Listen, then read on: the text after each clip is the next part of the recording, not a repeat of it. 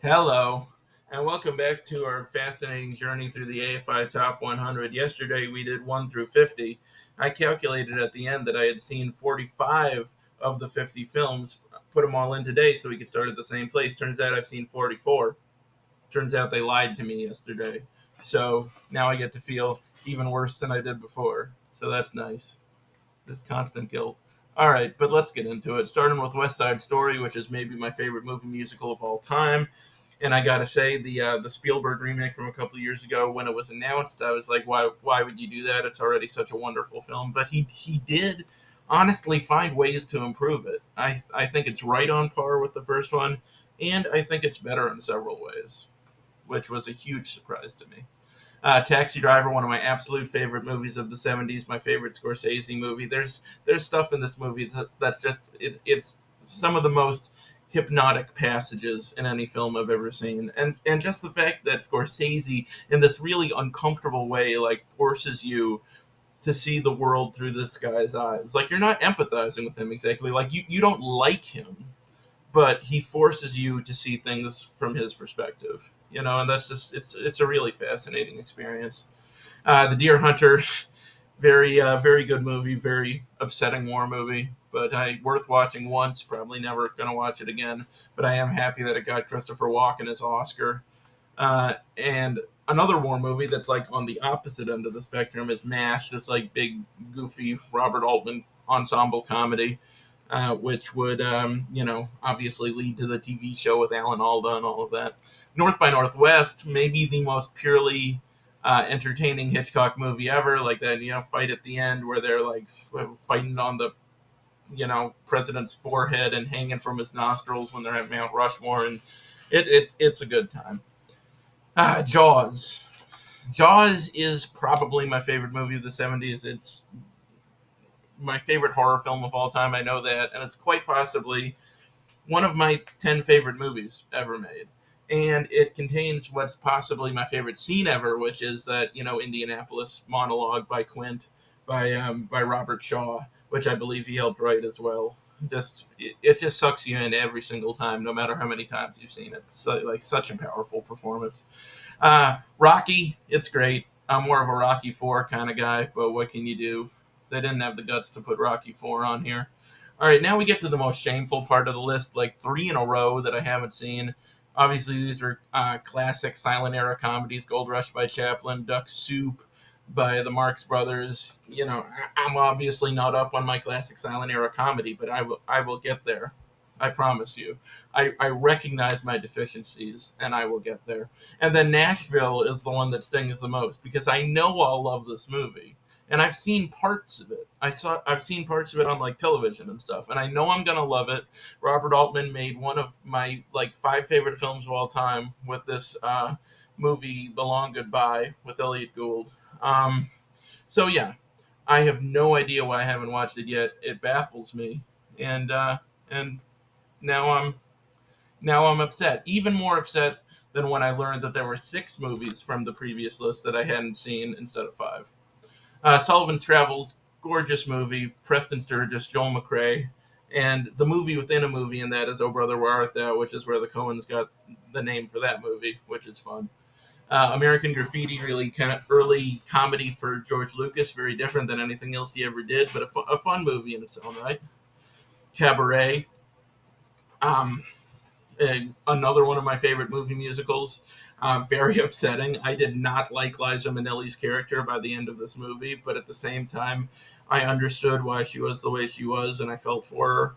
And Joel Grey as the master of ceremonies and all that. It's just it's a crazy powerful movie. It really is. Network, awesome Patty Chayefsky script, one of the best screenwriters ever. Awesome directing by Stanley Lumet, great ensemble cast. Great satire as well of network news and the way the media packages things for us. The African Queen. I do kind of have a bone to pick with this movie because Bogart won for this instead of Brando winning for Streetcar, which I think is ridiculous. But he is great in this movie. It's basically a two-hander between Bogart and Katharine Hepburn. just like on a boat together for the whole movie. And it was written by James Agee, who wrote Night of the Hunter, which is my favorite movie ever made. So yeah, it's pretty. Oh, and directed by John Huston. It's like maybe the third John Huston movie on this list, I think, which is deserved. Raiders, yeah. I mean, it's great. It's Indiana Jones. Come on. And, in my opinion, Raiders was 81, E.T. was 82. I think that Spielberg should have won back-to-back Picture Director 81, 82. He didn't win for either, which is a bummer. Who's Afraid of Virginia Woolf? We talked about, I think, twice yesterday. Once when I erroneously called The Graduate Mike Nichols' debut film. This was his debut film, and it's a hugely impressive debut. And then I also said that, like Streetcar, Who's Afraid of Virginia Woolf is one of the few movies that could have deservedly won all 4 acting Oscars. Especially, especially Richard Burton. Richard Burton, incredible in this movie. Might be his best performance. Maybe The Spy Who Came In From the Cold. But those two, they're like neck and neck. Unforgiven, I saw for the first time a couple of years ago. Really kind of fascinating look back from Clint Eastwood on his career and what it all meant and what these very stoic, violent men he played kind of represented to him, how he rationalized all of it, reckoned with all of it, I guess would be a better word. Tootsie, the second classic Dustin Hoffman comedy on here with The Graduate, and yeah, like The Graduate, just one of the best comedies of its era, for sure.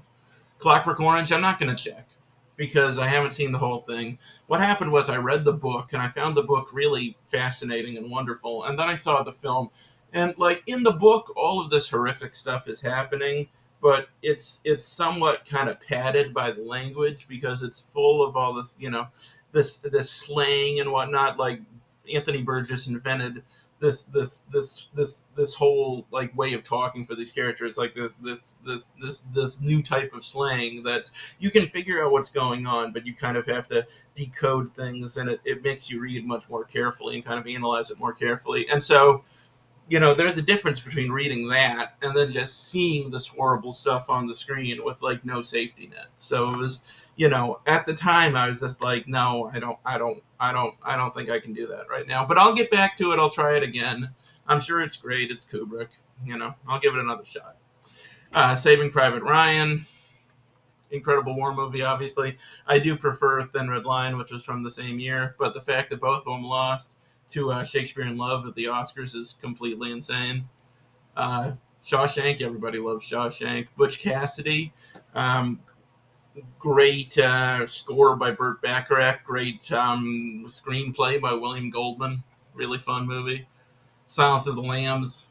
I don't know how much I have to talk about Silence. I will say, that Anthony Hopkins and Jodie Foster get all the credit. It's well deserved. They're both incredible, but Ted Levine did not nearly get enough credit for his performance as Buffalo Bill in that movie. He was crazy good in that movie.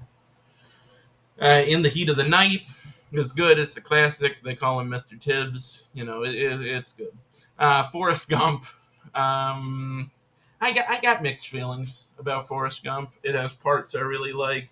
I like all the Lieutenant Dan stuff with Gary Sinise and all that stuff. But it does have parts that kind of grate on me a little bit. I definitely wouldn't have given it Best Picture in '94 over Shawshank or Pulp Fiction or Quiz Show. But what can you do? All the President's Men, awesome journalism thriller, and that sounds like an oxymoron, but it's not at all. It's about Woodward and Bernstein breaking the Watergate story, and it's so fascinating, and the way Alan J. Pakula just like uses sound and uses the editing to like propel the narrative along. It's awesome. Modern Times, great early Chaplin comedy / satire. Very creative movie, really good effects for the time. The Wild Bunch, yeah, one of the best westerns ever made. Definitely the best movie Sam Peckinpah ever made. Fantastic. The Apartment, gorgeous little movie by Billy Wilder. Great performances by Jack Lemmon and Shirley MacLaine. There you go. I don't know. My brain's not working today. I think it's too hot. But yeah, gorgeous, beautiful, huge fan. Great script. Spartacus. I don't think Spartacus should be on here. I'm just gonna say that. It was the only thing Kubrick did that was kind of like a work for hire.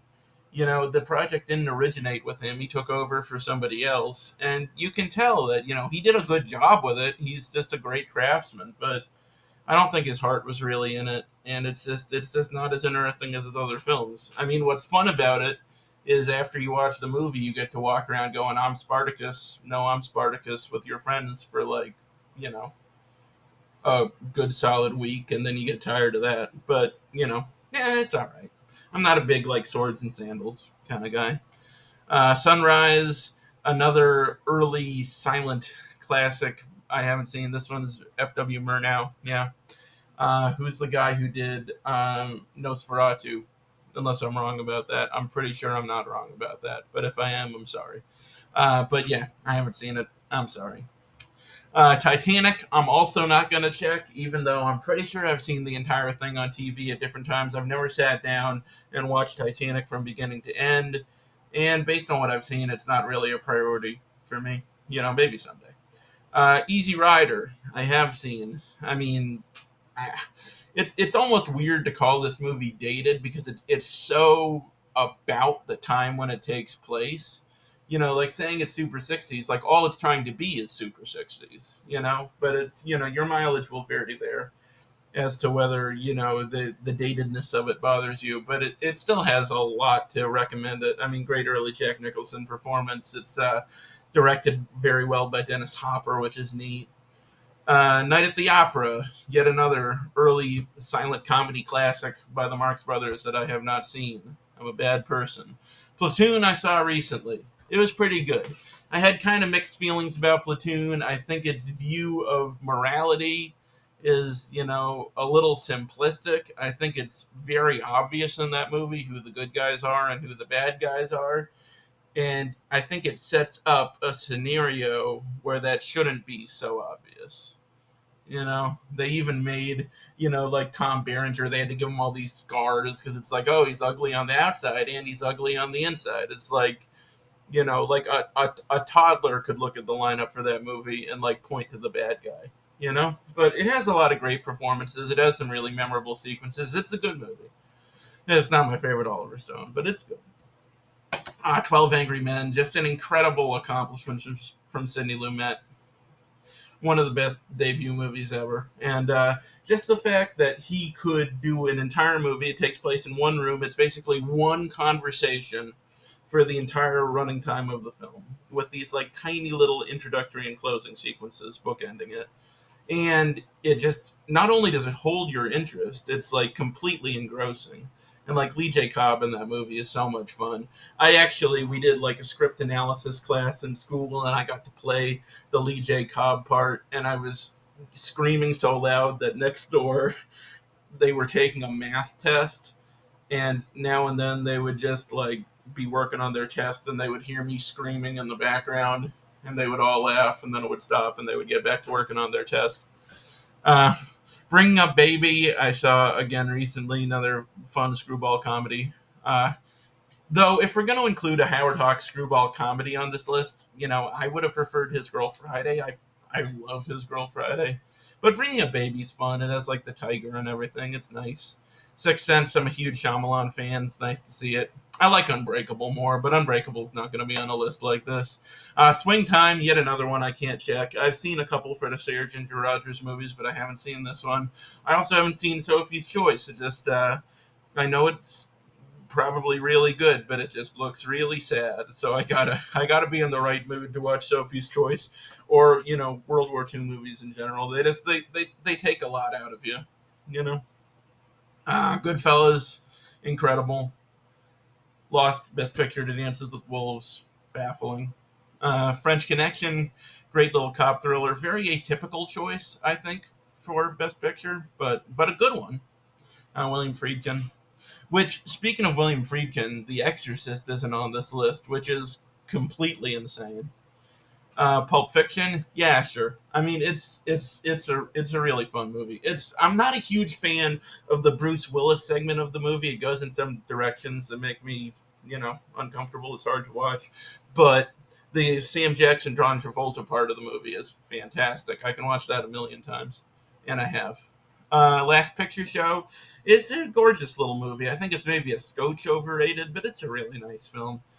Do the Right Thing's one of my absolute favorites. Spike Lee is one of my favorite filmmakers, and the fact that this lost. I know I keep talking about the Academy Awards, but I care about this stuff. I'm a movie nerd, and like the fact that Do the Right Thing lost to Driving Miss Daisy is just one of the great injustices in the history of the Oscars. I mean, not only did it lose to it, it wasn't even nominated for Best Picture, wasn't nominated for Best Director. Just like got screenplay, got a nomination for Deanie Aiello, whatever. Blade Runner, one of my absolute favorite movies. Out of all the cuts, I'm more of a director's cut kind of guy. The theatrical cut, you've got the voiceover, which is no good. And then in the final cut, the final cut's basically as good as the director's cut, but there's like a little color correction that I think is kind of weird. They made it like super green. So I'm more of a director's cut kind of guy. But if all you can get is the final cut these days, it's still incredible. Yankee Doodle Dandy, I have not seen. It's on my list. I do like James Cagney a lot. I want to see the performance that, he had probably his most acclaimed performance. Michael Curtiz directing someday. Someday. Toy Story, I watched approximately 500 times as a kid. And, still holds up. And then 100 is Ben-Hur, which is, once again, I'm not a big swords and sandals kind of guy. It is obviously a great technical kind of directing achievement, but, it's not super my jam. So let's see how shameful this is overall. It's going to load here, and I've seen 84. Okay, so there are 16 movies on this list that I haven't seen. That's horrible. I feel real bad about it. But this is good. This is good because this gives me a list of movies to check out soon so that I no longer have to feel shame. And you can compare this to. I wanted to do this really quick. They have an older version of the list on here. I think this is an older version. It is not. It is exactly the same. Well, this is the kind of, fascinating commentary you come to this channel for. And maybe I'll look up older versions of the list on my own and we can compare and contrast in another video. Because we're not doing it in this one, because this website keeps lying to me. And someday I will have my revenge. But anyway, yeah, that's it, I'm going to keep going through these lists, keep, checking them off and stuff, and making more videos on here, even if, nobody else is digging it, because I enjoy doing it. And if I'm doing it, I might as well do it for all of you fine people who, you know, who, who brighten up my day so incandescently. So, until then,